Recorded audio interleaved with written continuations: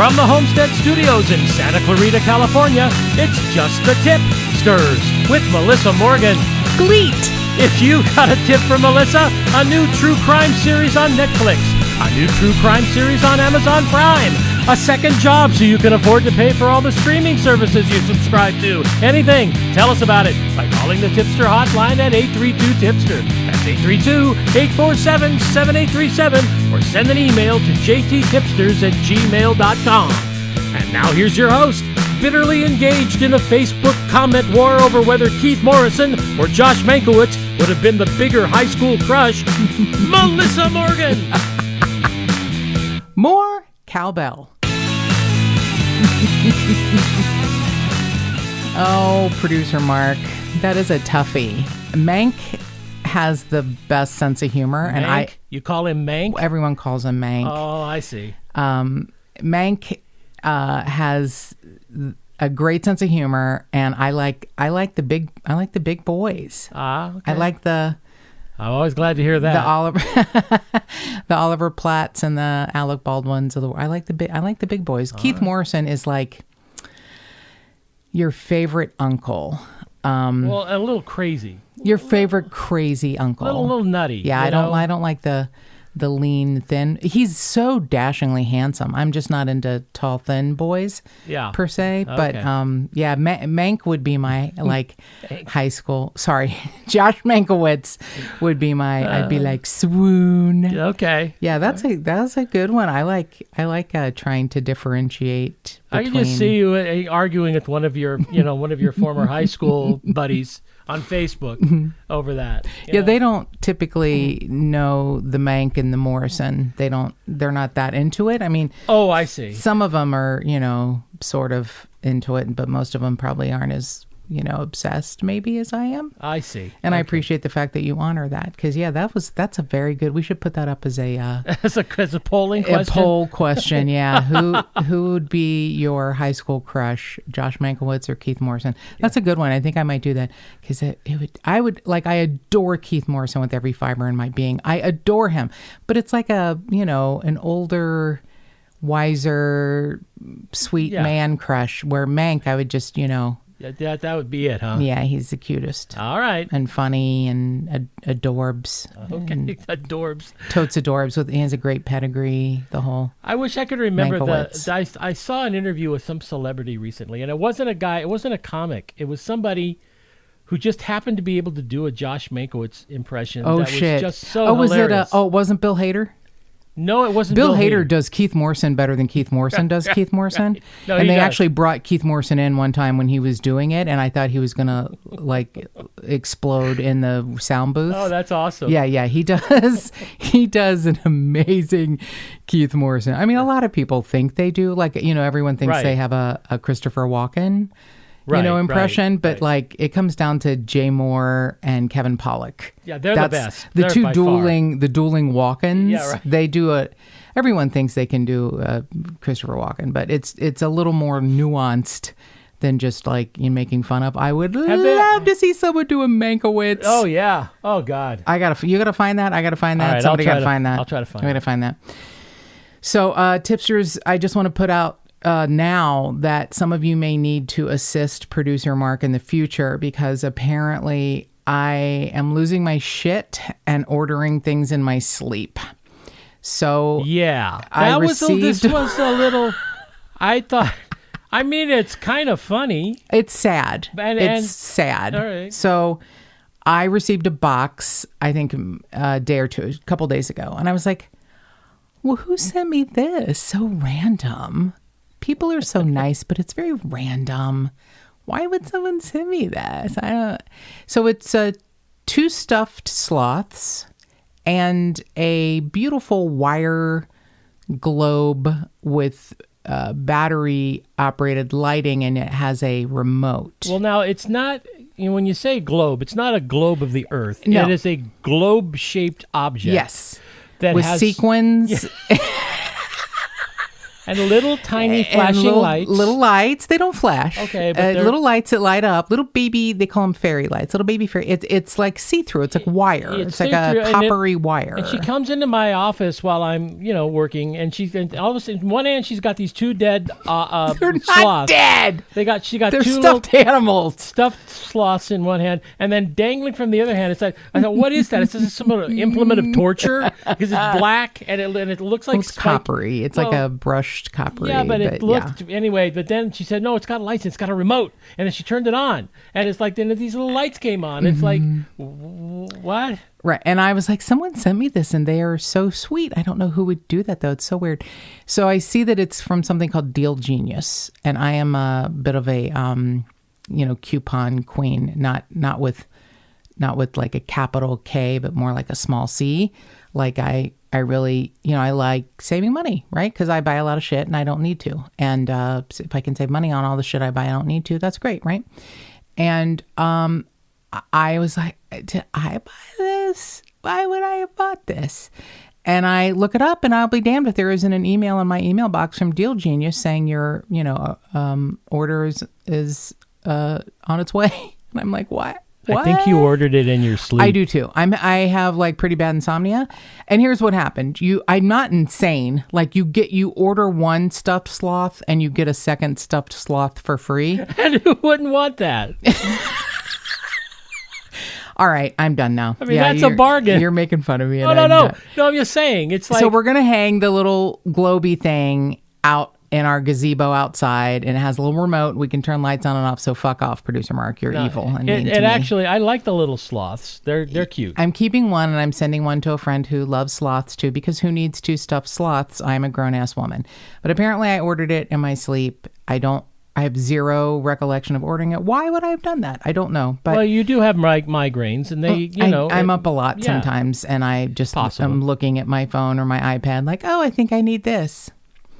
So yeah, if it comes with a coupon, if it's on sale, and by the way, these items were extraordinarily cheap, even if it's buy one sloth, get one sloth free. I was like, what? It was literally all three items under $20, right? And zero shipping. And it's going to look, the little globe thing, I think will look good if we maybe hang it in our gazebo. Yeah, that's what we're gonna do. Right. That's what I'm gonna do. Yeah, but Tip-Sters, please, if Producer Mark puts out the word that you need to come and help him if I need to be put somewhere. I may need suggestions for some sort of device that, when the iPad comes on anytime after 3 a.m, I need to be awakened. Like those kind of safety things that parents have for their kids. Like you can't, all shopping sites are unavailable to Melissa. Right. Something like that. Maybe there's a program I could install in the iPad. Yeah. Like a total safety. Yeah, you should do that. You should do that quickly. All right. iPad and phone. I can't wait to see what you come walking into my office with next week. It's heartbreaking. I mean, because look, here's the thing. I'm, in my own defense, I'm very blessed and have a lot of sweet friends who send me things. And sometimes I get things in the mail and I don't know who they're from. And I mean, that, like I just sent something to someone from Amazon and I included a gift card and they were like, I don't know who sent me this. I'm like, well, it was me. There was a card. And they were like, oh, I didn't see it. It was in there. So things happen sometimes. Cards don't get, I've had things sent to me and sent things to people that they don't know who the sender is because the card didn't come with it or whatever. But so in my own defense, I was like, who would send me 2 stuffed sloths and a hanging gazebo light? It's with a remote, by the way. But yeah, it was me. I did it myself. It's really, I'm worried about me. You'll be fine. I don't know about that. So we are very blessed that we have the best listeners in the universe. And Tipster Ann not only wrote a review 2 years ago that was phenomenal, she updated her review. And you don't feel like you have to do that. But things change. She found us after we'd only been here for a year. And things are a little different 2 years later and are starting in our 3rd year here. Oh, God, 4th year? God, 4th year. Jeez, where? This is season 4, baby. Wow, I don't know what's happening again to me. The room is spinning and I need to lie down. And Tipster Ann's review is beautiful and we're really grateful for that. And we had a wonderful opportunity to be guests on a podcast that I am in love with. And when that episode's available, we'll put it up on our feed too as a murder teaser, probably. What do you think about that, producer Mark? I think it's a great idea. Hopefully, David will give us permission to do that. We'll ask him first, but I don't think he'll mind. No. He's the most easygoing dude in the world. I met him on a Facebook group for podcasters, and he was looking for guests, and he always poses a fascinating question like, what do people assume about you? His podcast is called the Don't Assume Podcast, and it's pretty phenomenal. And he is such an open book and an open heart and open to all sorts of things. And he has great topics and great guests every week, like about what do you assume about flight attendants? What do you assume about Hanukkah? What do you assume about gun owners? What do you assume about people in real estate? I mean, it's like kind of amazing. So he had me on, it was supposed to be about yoga, but after we spoke, he said, I really want to talk to you about the true crime stuff. And I'm like, okay. So if you are looking for a new podcast to listen to, I can't recommend Dave Kimball and his podcast, Don't Assume, enough. He's on all the socials. You'll find him, and he's pretty stellar. He's just an exceptional human being. Yeah, nice guy and really curious, you can tell. Really and interesting. Really smart. He's just like, he's one of those Renaissance dudes that just knows a little bit about everything, and maybe he knows a lot about everything. I don't know. I don't know him that well, but he definitely knows a little bit about everything, and he's really good at talking about it and bringing together people, of like mind and people who have different opinions. And yeah, where is he based again? Salt Lake City, Utah. Right, so he's in Salt Lake City. So there's a lot of people that assume things about people from Salt Lake City. Absolutely. And, I just think it really is cool. Yeah, it's a really great podcast. I just have to say that. And with that being said, we have a promo from our friends Kim and Jennifer from the Inebriated Input podcast.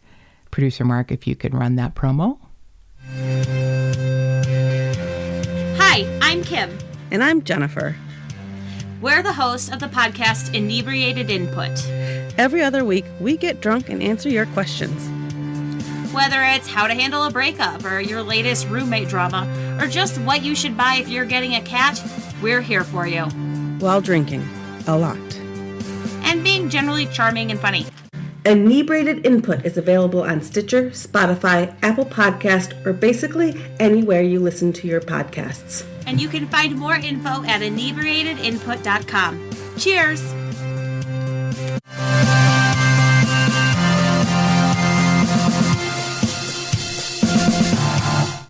So I have issues with podcasts about true crime where the hosts get drunk.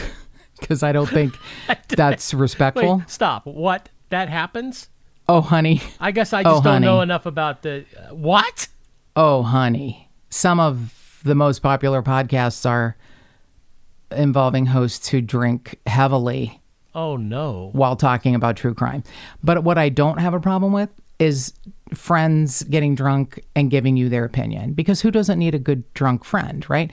Right. You know what I mean? Like, everyone needs your friends who drink, who are not like angry, mean, violent drunks, are usually hilarious. Like they say, stoner thoughts are funny. Sometimes they are too, but your drunk friends can, sometimes give you advice that, maybe if they were sober, they wouldn't, come out with.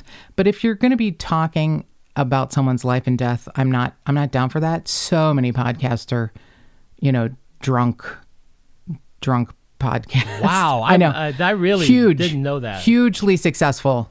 I don't get it. But okay. But Inebriated Input, yeah, a great concept. It sounds kind of cute.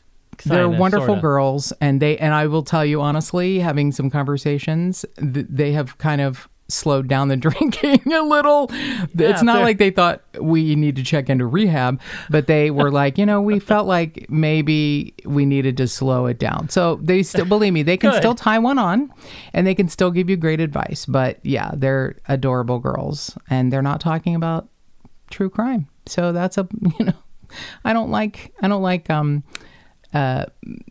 people who discuss people's lives and death while I'm not keeping your sobriety. I feel so naive that this is going on. Oh, baby doll. I was going to name a bunch of them right now, but I don't want to. No, let's not. Yeah, I can name you 5 right now, and there are probably... 5? Oh, honey, there's probably like thousands of drunk true crime podcasts, but there's at least a handful that are wildly successful. Good Lord.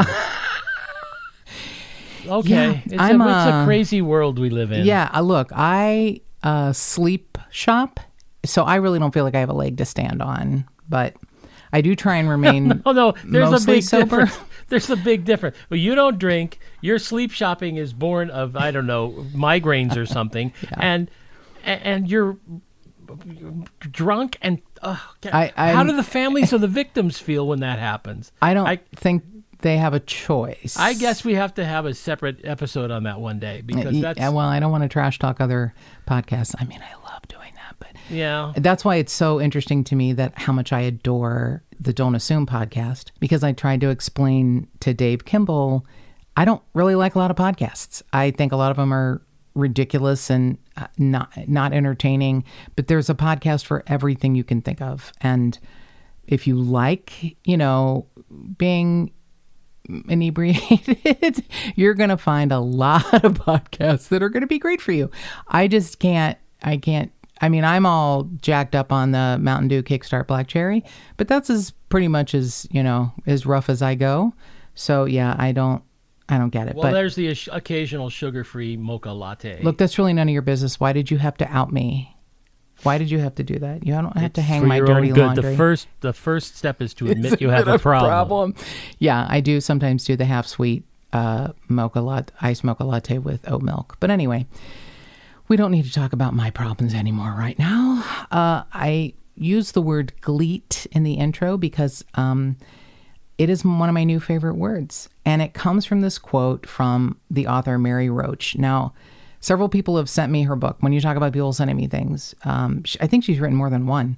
But her book, Stiff, and it's The Curious Lives of Human Cadavers, is the one that I got 2 copies of sent to me. And I will be honest with you, I think she's entertaining and intelligent and funny, but I don't love her the way that the people who sent me her book twice love her. I mean, people just love her. And I like her very much. Don't get me wrong. I would recommend Stiff. It's an interesting book. But when I say I love something, I want to really love it. And I will be saying that a little later in this podcast. I did find an author that I do love. I really like Mary Roach. But what I did love was her quote that I think just is perfect for this episode. And she wrote, "Life contains these things, leakage and wickage and discharge and pus and snot and slime and gleet. We are biology. We are reminded of this at the beginning and at the end, at birth and at death. In between, we do what we can to forget." Now, gleet is the watery discharge from the urethra, usually associated with a gonorrheal infection. But I just loved that quote, that we're leakage and wickage and discharge, which is a very interesting way of looking at things. And I don't think she, really means it like that. Well, maybe she does. But this episode I had wanted to do a long time ago, and I'm sort of grateful that I didn't get to it because she has been identified. And there's nothing better than that, except the only thing better would be finding out who did this to her. But her name has come back to her. I never wanted to call her the Lime Lady. It bothered me a lot, but that was her moniker. When you're found in 1980 and they try and give John and Jane Doe's a descriptive name, it was something that stuck out. I don't like it, but I get it. But her name is Tamara Tigard, and she was a beautiful young girl in the military. She was separated from her husband. Let's just get into what happened to her and how she was found and how she was finally 40 years later identified. So Tamara is born, and this will be important, April 18th of 1959. She was in the Army. She had served in the Army for a couple of years. She was actually a resident of California, and she had married a young man whose last name is Carr, who had a long list of arrests and was a member of a biker gang.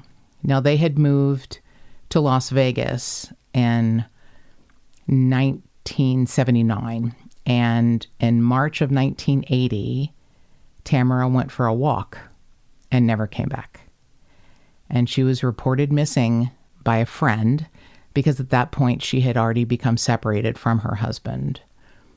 And she was found 4 weeks later in April of 1980, actually on April 18th, what would have been her 21st birthday. She was found by a couple of fishermen on the banks of the Canadian River in Jones, Oklahoma. Now, how does a 5'7", 115-pound soldier get found approximately 1,200 miles from where she went missing? How does that happen? And the other part that is pretty fascinating is that her remains were covered with quicklime. She was found on the banks of the North Canadian River in a shallow grave. She wasn't put in the water. She was buried near the water, covered in quicklime, which, ha ha ha, murderer, you picked the wrong lime. The hydrated wet lime is what would have more of a chemical reaction to break down the body. What this person did preserved her.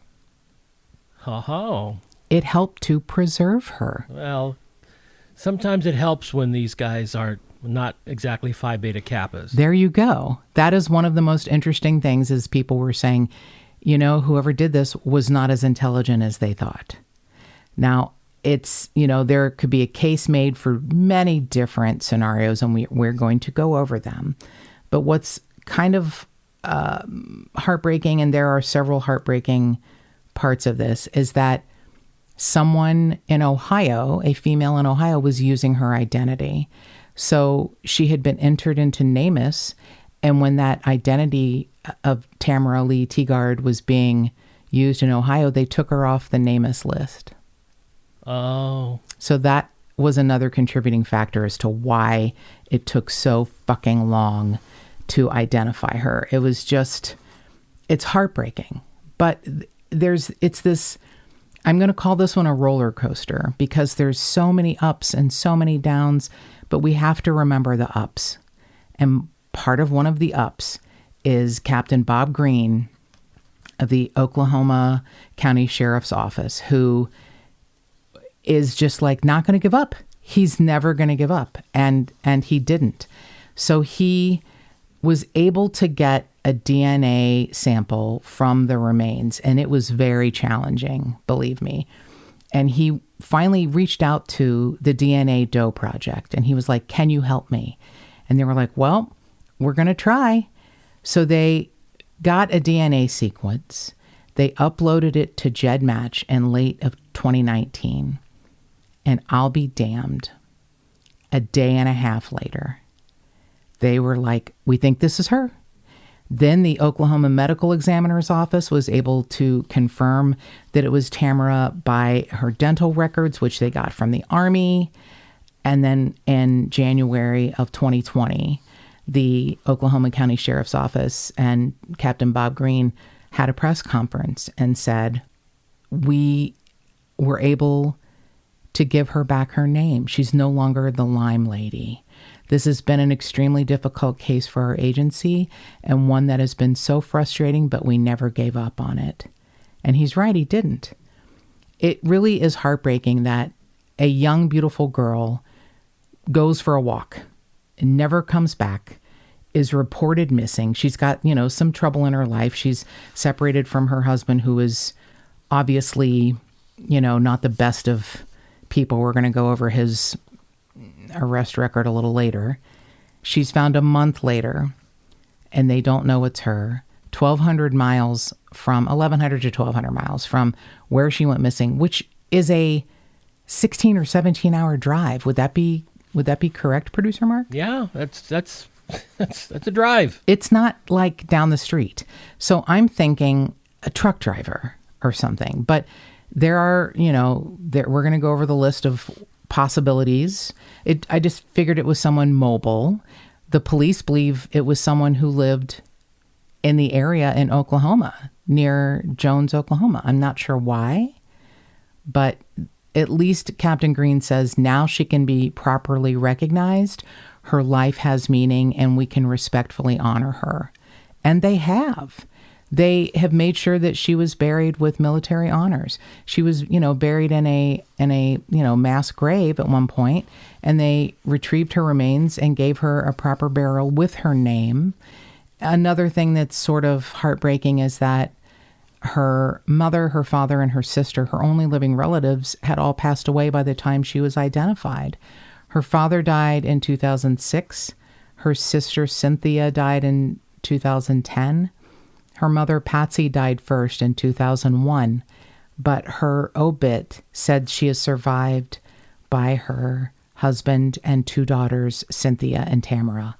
She never gave up hope. She just thought her daughter was alive, even though her daughter had preceded her in death by many, many years. And ironically, her mother, Patsy, was born in Oklahoma.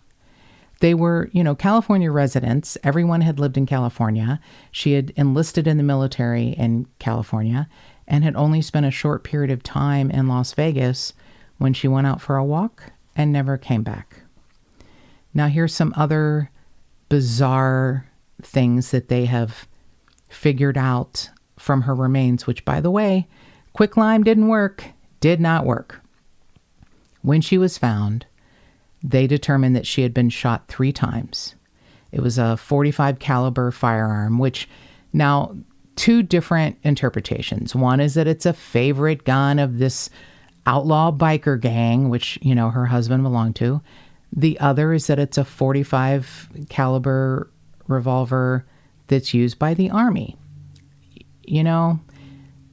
I feel like the suspect list could be longer than any of us could ever imagine. It could have been a random truck driver. It could have been her estranged husband. It could have been someone in the military that she had an issue with. All of these possibilities are unfortunately there and things we have to look at.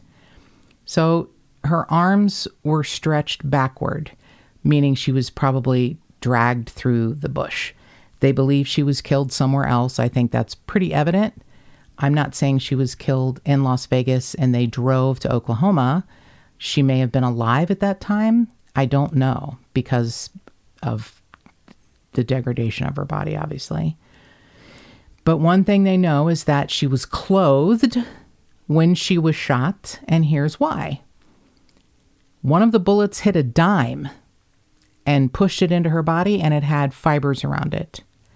She was found unclothed with the quicklime on her in the shallow grave, but she was clothed when she was killed. She was also bizarrely, I guess they can figure this out from the trajectory, whoever shot her was walking toward her as they were firing the weapon. Huh. I wonder how they figured that out. I don't know. I don't know if it's the angle, the height, the trajectory. Like she was standing and they were walking toward her, and at least 2 of the shots she was still standing. I do know that. I don't know the third, if they conclusively proved that she was standing the entire time, if it was bang, bang, bang, or if it was bang, walking, bang, third shot, maybe she was already down. I don't know enough about guns, but it's fascinating that they know the killer was walking toward her as they were firing their .45 caliber firearm. So weird. So really, all of this is so extremely bizarre. So there are some questions about her ranking in the military. I have to say the pictures of her now are exceptional. And we do better when we know better, right? When she was first found, and she was very well preserved, even though someone tried to destroy her in every way, they drew a picture of her. There's definitely different levels of, recreationists as far as artist sketches, right? The first couple pictures were almost uncomfortable to look at. Eyes open, mouth kind of agape. We don't typically sit around like that unless maybe we have a cold and, we can't breathe through our nose and we breathe through our mouth. You don't sit around with your mouth open. It looked odd. And two different types of hair. Her hair was pretty short. Most pictures, it was almost like a curly fro. And then some pictures, artists had done like straightened it or something. When we find out who she is and what she looks like, all I can say is, God damn that Carl Koppelman. If you are familiar with Carl Koppelman, or if you're not, you should look him up. He is a national treasure. This man volunteers his artistic skill for places like the DNA Doe Project and drawing, victims who are, a recreation of someone that you don't know how the fuck he's like Frank Bender to me. Carl Koppelman and Frank Bender are gods. And Frank Bender, a little bit more layered because he started the VDOC Society, but he's the guy who does these clay sculptures, busts of people, usually of perpetrators, like aging, but he does amazing work on victims too. Carl Koppelman does artist renderings of victims that are spooky. I sometimes wonder if maybe he isn't a psychic or a medium or something, because I'm going to post the pictures and you'll see he interpreted her hair. That is what her hair looked like. He made it a little bit curlier, but very similar to what her hair looked like in real life. Her nose. Tamara was a very beautiful young girl, little turned up nose, beautiful bone structure, and fucking Carl Koppelman, man, he is just magnificent, and he does something that I don't see other artist reconstructionists do. He puts a background behind people. I don't know exactly what it is. I don't know if it's his interpretation of like what heaven looks like, or if it's an interpretation of what the area where they were found, or his interpretation of the area where they grew up. But it's typically a hillside with some trees and the sky behind you. The one I'm thinking of is Valentine Sally, which is spectacular, and I can't wait for the news on that because I happen to know that's close to being released. We know who she is. We may not know who killed her, but I happen to know some amazing people who've done work on Valentine Sally. But the picture of Valentine Sally is gorgeous, but the picture of Tamara is amazing. He drew a shirt that's a little bit lower so you could see the tattoo on her left breast. She had a very small heart with some beautiful scroll work on either side. And, he made sure you could see that as an identifier. I mean, he just, I can't say enough about Carl Koppelman. If you want to look him up, it's Carl with a C, Koppelman with a K. And his work is, I couldn't be a bigger fan right now. I'll just be honest. So some of the identifiers are her tattoo, an abdominal scar that said she probably had her appendix removed. So these are the things that they had put out there to try and identify her. And then this fuckface who all they have is a picture of this woman in Ohio who used Tamara's identification in Ohio. All they have is a picture of her. And then it was like, oh, she's identified. We're taking her off the, missing list. And we still don't know who did that. I don't get that at all. You and me both. There were so many mistakes, and I'm trying so hard to remember. This is 40 years ago. Things are different. Things are very different in 1980 than in 2020 when, she was identified. Than in, I mean, I just, yeah. Well, if someone was, okay. I know. Here's the other thing. NamUs, DNA Doe Project, you have to have the information to make the link.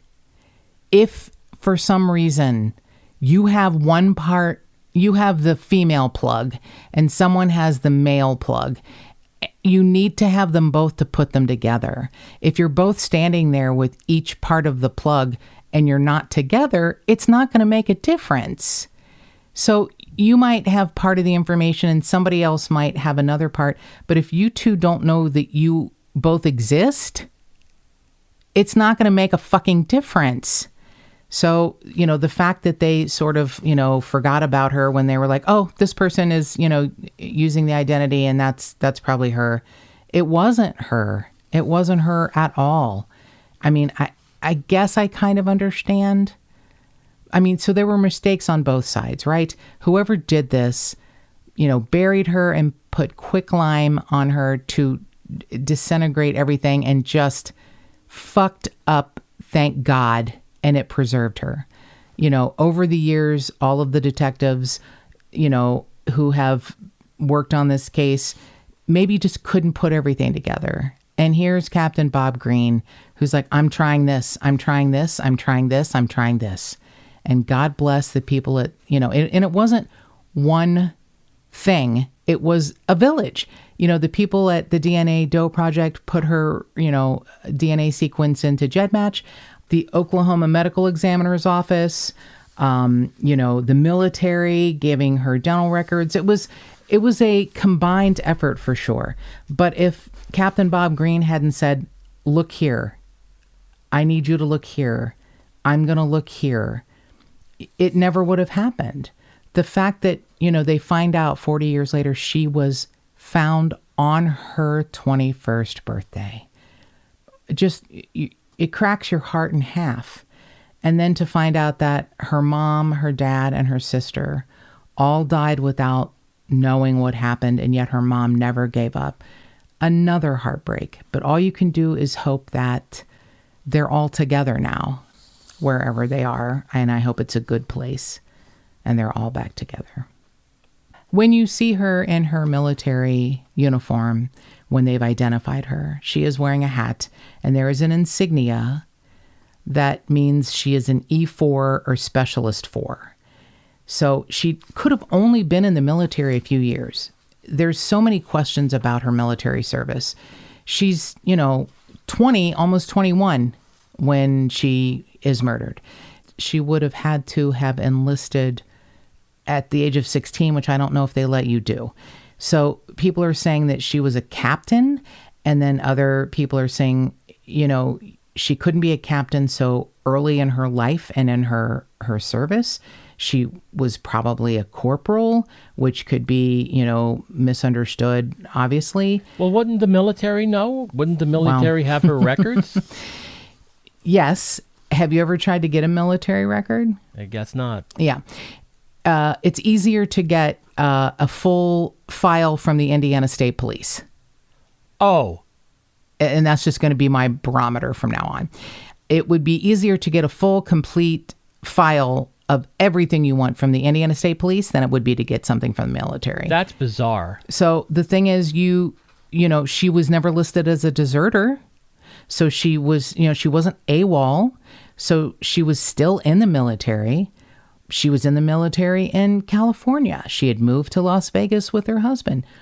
Where would she have been serving in Las Vegas? There's no Army post in Las Vegas. There's an Air Force base.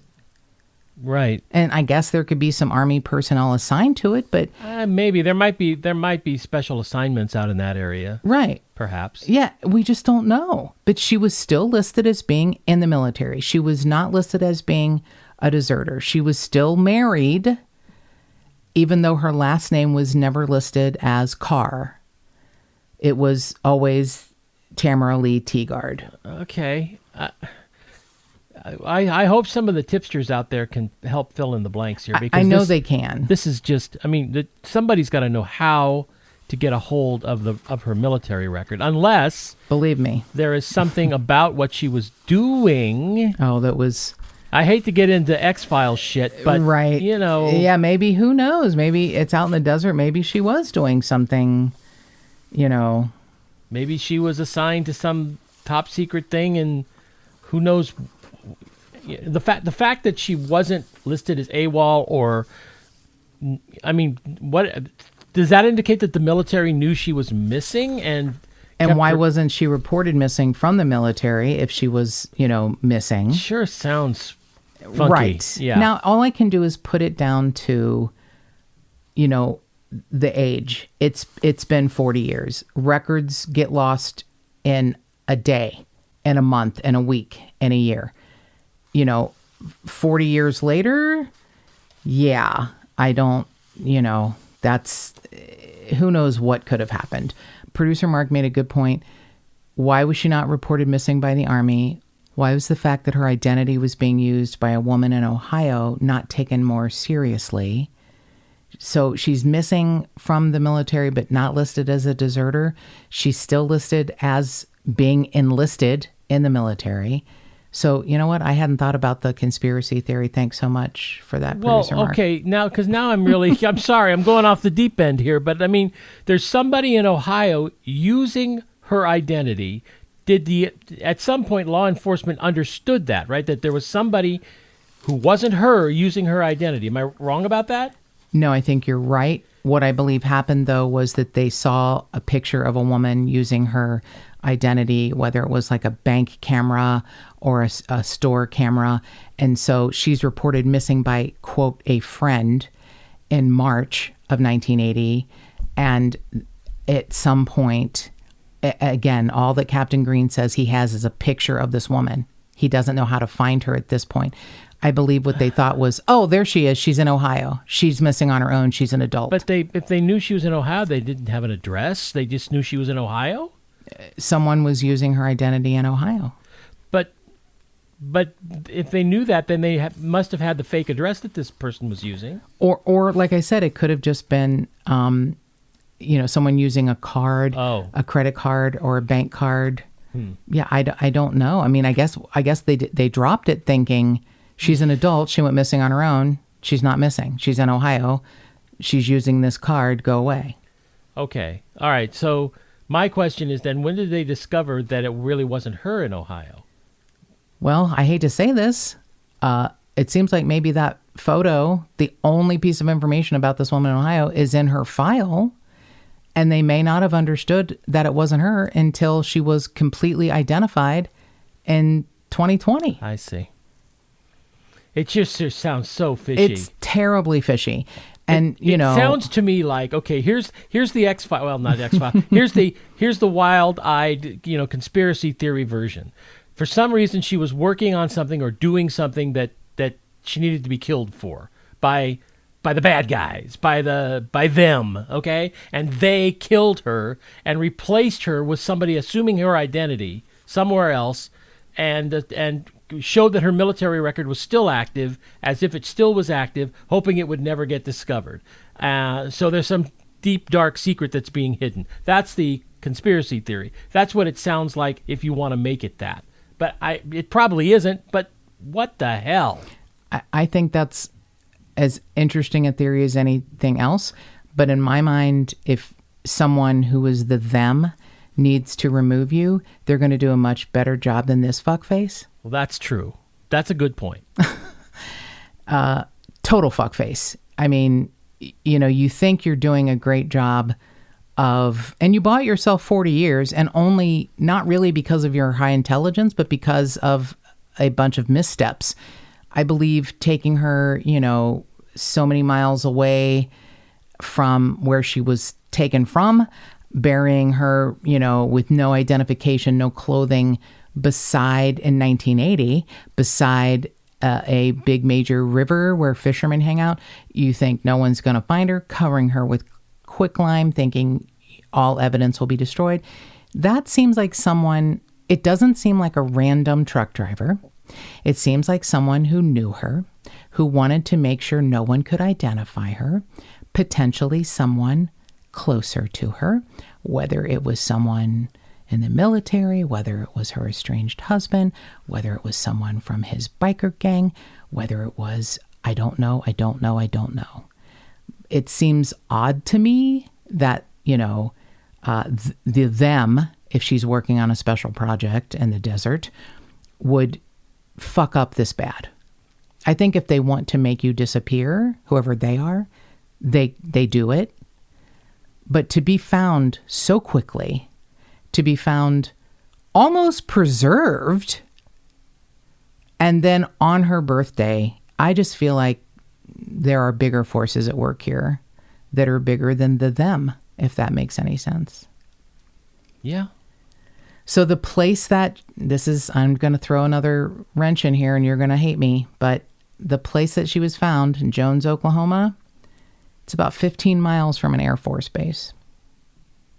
The Tinker Air Force Base. Okay. So it, Did anybody see a cigarette smoking man in the vicinity keeping an eye on the police when they found her body? It could, I'm not, making a phone call. Right. I know. Okay. Because there's no Army base in Las Vegas. There is an Air Force base. She disappears after taking a walk and is never found again, except she is. And in a way that is so odd to me. The gun used, could be one used by those in biker gangs, which her husband was in one.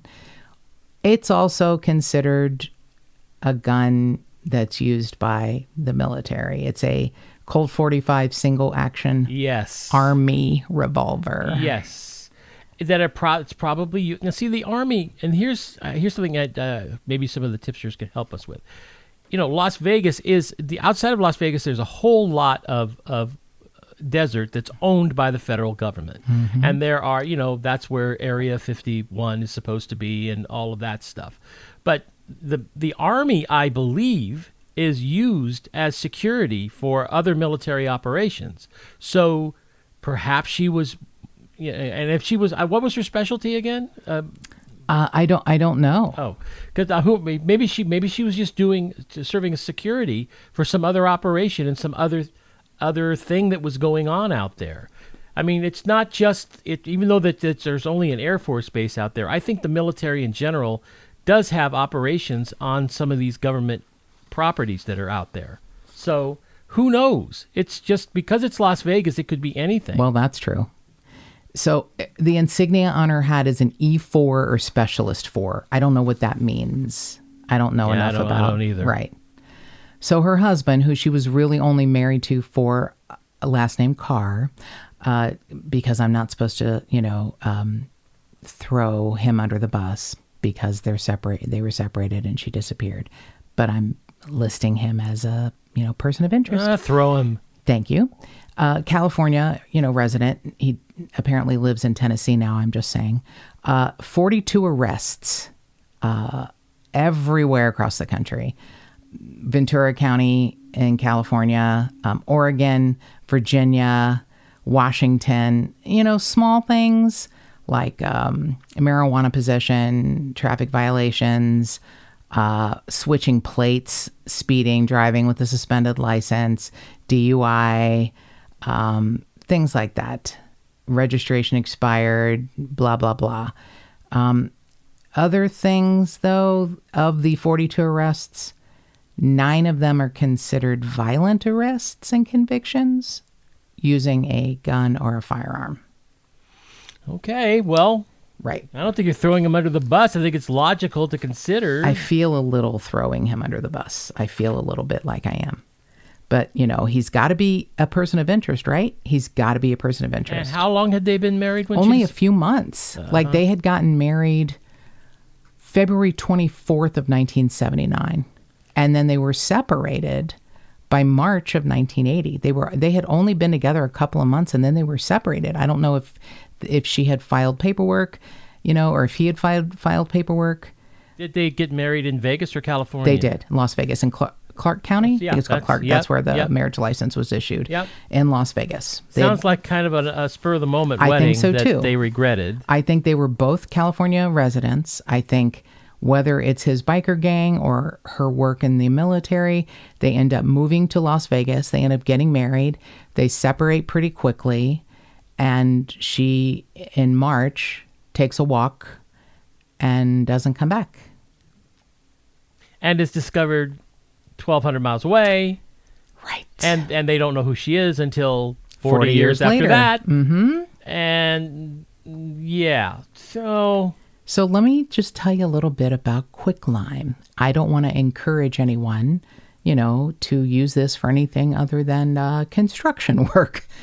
I have found my new girlfriend. I'm sorry, Producer Mark, but I already have a new girlfriend.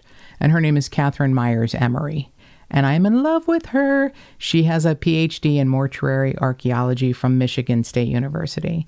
And she loves using digital tools and public outreach on trying to solve cases. She has a blog called Bones Don't Lie. And I love her. So she explains quicklime has been used in burials, like the Red Cross Emergency Relief organization uses it as a tool in aiding for disposal of human remains if, there's some sort of a large, catastrophe, if you can't do a very deep burial. It's also not the product that you want to use if you want to destroy a body, but you want to prevent putrefaction. And it's basically the odor that attracts flies and animals, and you want to use it to prevent a plague, or something, the spread of disease. Right. Because of all of the noxious bad air, from the putrefaction of a body. So it's not used practically to destroy a body, but it's used to prevent disease from spreading. So this, I think, is fascinating. A 2012 study by Schatzmans used pig corpses to test different types of lime and see how it changes the remains. So we know about the Body Farm in Tennessee and, their use of pigs to study blowflies and determine time of death, because pigs have a typical body weight of a human. They're similar, 150 pounds, typical kind of thing. So they use these pigs to test how lime changes their remains. So these pigs were put into graves, and there's pictures. It's amazing. They're covered with 2 different types of lime and left for 6 months. 2 pigs were buried with lime in a control group, and then 2 pigs were buried without lime. And the 2 pigs buried without lime had been mostly skeletonized, and they were mostly decayed. The 2 pigs buried with the hydrated lime were really well preserved, had very little decay, and the 2 pigs buried with quicklime were really well preserved with only a little bit of decay. So, lime is highly effective in actually preventing decay and protecting the body as opposed to destroying it. This is... I wonder if the person who used the lime that they used had some experience maybe with the Red Cross and just assumed that's what you would use. I don't know. That's interesting. I don't know. That's very interesting. I hadn't thought of that. I thought it was just some jackass who thought, I'll put quicklime, I'll get it at Home Depot, I'll put it on her body, and she'll be destroyed and no one will ever know. I mean, to me, they went to great lengths. I don't think she took a walk and walked to Oklahoma. I don't think she left of her own volition. I think, someone got her, whether it was someone known to her or random. If it's random, you don't know her, there's no ties to her, why do you take such great lengths? Why do you drive so far away? Is she dead at the time? Exactly. Do you drive 1,200 miles, 16, 17 hours with a dead person in your car, truck, whatever? Again, the original thing you said is probably the most likely. It's that she's in Vegas. It's on a major trucking route. It could have been a trucker that took her, maybe kept her alive until she was in Oklahoma. Maybe he was driving a refrigerator truck and killed her and kept her in the back. Who knows? Now that's interesting. I'm pretty sure that when they found her on her 21st birthday of April 18th of 1980, and this is 40 years ago, and science changes. We get it. Things change. They felt that she had been killed pretty quickly. I don't know that she was kept alive, but like producer Mark just said, totally forgot about a refrigerated truck. That could have been something that changed the timeline. I can tell you that she was murdered somewhere, standing, clothed, and then was buried 1,200 miles away from where she went missing, along the banks of a river, covered with quicklime, unclothed, and preserved better than I think the murderer could have imagined. Yeah. So what makes it weird is that it sounds like all of it makes it weird. Well, but the thing about this, what you just said, is that it sounds like somebody just came up on her and shot her, like it was like an assassination. That's what it feels like. If somebody's just walking up on her, bang, bang, bang, shoots her, unsuspecting. That sounds like it was almost an assassination. But then when you say her body was found unclothed, that brings the sexual component into it. I don't suppose they found any evidence of sexual abuse or anything. Well, not in the body even as well preserved as it was. However, I get what you're saying, producer Mark, but I also think you would remove any clothing as an identifier. It wouldn't necessarily mean she was sexually assaulted. Right. In other words, because it probably, if she was wearing a uniform, maybe that would be an identifier. If she was wearing a uniform, if she was wearing a T-shirt from a store in Las Vegas, if she was wearing particular jeans or shoes, you can't rule out. To me, it's someone who wanted desperately to have no remaining way to identify her. And that would be someone who has to know her. And I know we could just sit here and fight about this forever. So just my theory, I am interested to know what the beautiful Tip-Sters think about their theories. And I'm looking forward to putting the pictures of the beautiful Tamara up because she got her name back. And that is great. We also need to know who did this. We may never know why, but we do need to know who did this because they should never be allowed to do anything like this again. And I don't care where they're from. I don't care if they're in the military or a biker gang or a truck driver or just a fucking asshole. We need to know who that is. And if you were in Las Vegas in 1980, if you were in the military, if you were in Jones, Oklahoma, if you know anything about the beautiful Tamara Tigard's disappearance, remains being found, and what happened, please contact Captain Bob Green at 405-713-1000 with the Oklahoma County Sheriff's Office. And more cowbell. If you would like to support this podcast, go to patreon.com/justthetipsters.